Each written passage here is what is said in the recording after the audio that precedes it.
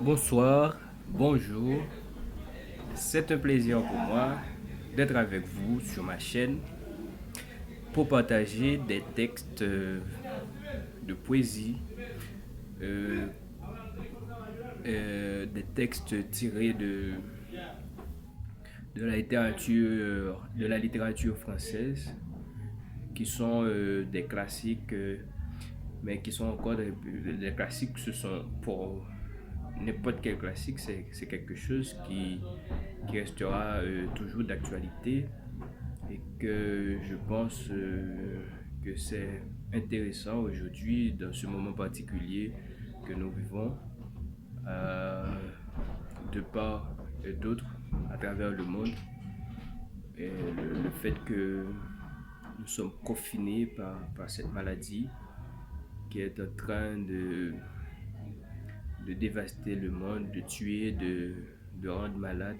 à beaucoup de gens. Mais il y a aussi là qui est là pour nous aider, pour nous encourager, pour nous donner de l'espoir, pour nous aider à vaincre ces moments. Et malgré c'est un peu difficile dans le contexte actuel, ce que nous vivons, c'est un peu difficile, mais il y a encore de l'espoir.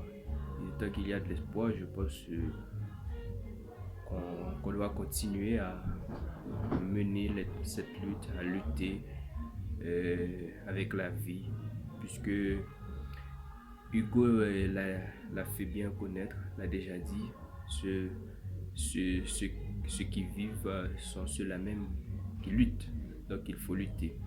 C'est pour cela que je vais lire aujourd'hui, je vais commencer avec un texte de Hugo. C'est un texte triste, mais je pense que c'est, c'est un texte que j'aime et que et c'est un texte qui fait corps actuellement avec la réalité. Demain dès l'aube de Victor Hugo. Demain dès l'aube, à l'heure où blanchit la campagne, je partirai. Vois-tu, je sais que tu m'attends. J'irai par la forêt, j'irai par la montagne. Je ne puis demeurer loin de toi plus longtemps. Je marcherai les yeux fixés sur mes pensées, sans rien voir dehors, sans entendre aucun bruit. Seul, inconnu, le dos courbé, les mains croisées, triste, et le jour pour moi sera comme la nuit. Je ne regarderai ni l'heure du soir qui tombe, ni les voiles au loin descendant vers la fleur, et quand j'arriverai, je mettrai sur ta tombe un bouquet de roses verts et de bruyères en fleurs. Hugo. Chanson d'automne, c'est un texte de Paul Verlaine que je vais vous lire. C'est pas trop long, c'est un peu court. Les sanglots longs des violons de l'automne blessent mon cœur d'une langueur monotone, tout suffocant et blême quand sonne l'heure. Je me souviens des jours anciens et je pleure et je m'en vais au vent mauvais qui m'emporte de ça et là, pareil à la feuille morte. Paul Verlaine. Ça, c'est notre texte, mais c'est un classique de Guillaume Apollinaire. Le mai, le joli mai embarque sur le Rhin. Des dames regardaient du haut de la montagne.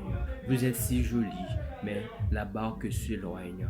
Qui donc a fait pleurer les saules riverains? Or des vergers fleuris se figeaient en arrière, les pétales tombés des cerisiers de mai sous les ongles de celle que j'ai tant aimée. Les pétales flétris sont comme ses paupières. Sur le chemin du bord du fleuve, lentement, un ours, un chien, un singe, un chien, mené par des ziganes, suivait une roulette traînée par un âne, tandis qu'il s'éloignait dans les vignes rhénanes sur un fil de lointain, un air de régiment. Le mai, le joli mai apparaît les ruines de lierre, de vignes, de vierges, de rosiers. Le vent du Rhin secoue sur le bord les osiers, les roseaux jaseurs et les fleurs nues des vignes.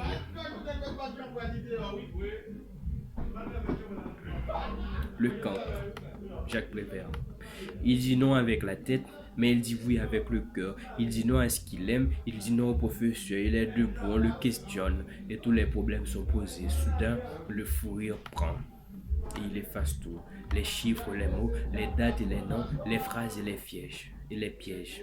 Et malgré les menaces du maître, sous les rouillés des enfants prodiges, avec des craies de toutes les couleurs sur le tableau noir du malheur, il dessine le visage du bonheur. Jacques Prévert. Merci. J'espère que vous avez aimé. Et si vous avez aimé, je vous prie bien de partager, de liker et de laisser un commentaire s'il le faut.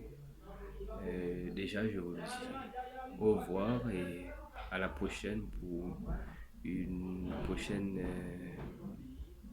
série de textes que je vais choisir, que je vais trier sur le volet.